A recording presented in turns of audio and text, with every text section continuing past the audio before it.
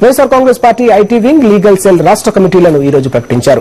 IT wing లో state committee members గా 29 మందిని నియమించినట్టు ఐటీ వింగ్ కన్వీనర్ చెల్లా మధుసూదన్ తెలిపారు. 2.5 లక్షల మంది ఐటీ నిపుణులను పార్టీలో చేర్పించి పార్టీ నిర్మాణాన్ని మరింత బలోపేతం చేయనున్నట్టు మధు తెలిపారు. ఇదిలా ఉంటే పార్టీ లీగల్ సెల్ కూడా రాష్ట్ర కమిటీని జిల్లాల కన్వీనర్లను నియమించింది. 21 మంది లీగల్ సెల్ స్టేట్ కమిటీ సభ్యులను 12 జిల్లాల కన్వీనర్లను నియమించినట్టు లీగల్ సెల్ కన్వీనర్ నాగేశ్వరరావు తెలిపారు.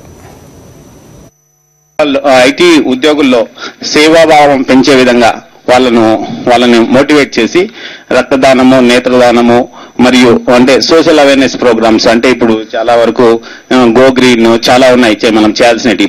మనం అంటే గో గ్రీన్ ఒకటి, డ్రంక్ అండ్ డ్రైవ్, ఇవన్నీ అవాయిడ్ డ్రంక్ అండ్ డ్రైవ్, ఇలాంటి ప్రోగ్రామ్స్ ఐటీ ఉద్యోగులు మేము మా కమిటీ ద్వారా ప్రజలకు అవేర్నెస్ క్రియేట్ చేయడంలో ఇందులో ఒక భాగము.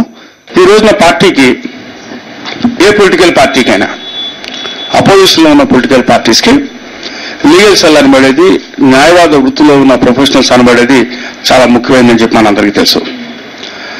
ఈ రోజున వైఎస్ఆర్ కాంగ్రెస్ పార్టీ పట్ల అడ్వకేట్స్ ఏ రకంగా అట్రాక్ట్ అవుతున్నారు అంటే, జగన్మోహన్ రెడ్డి గారు ఓదార్పు యాత్రలో ఏ ఊరు వెళ్ళినా ప్రతి ఊర్లోనూ మ్యాజిస్ట్రేట్ కోర్టు ఉంటుంది.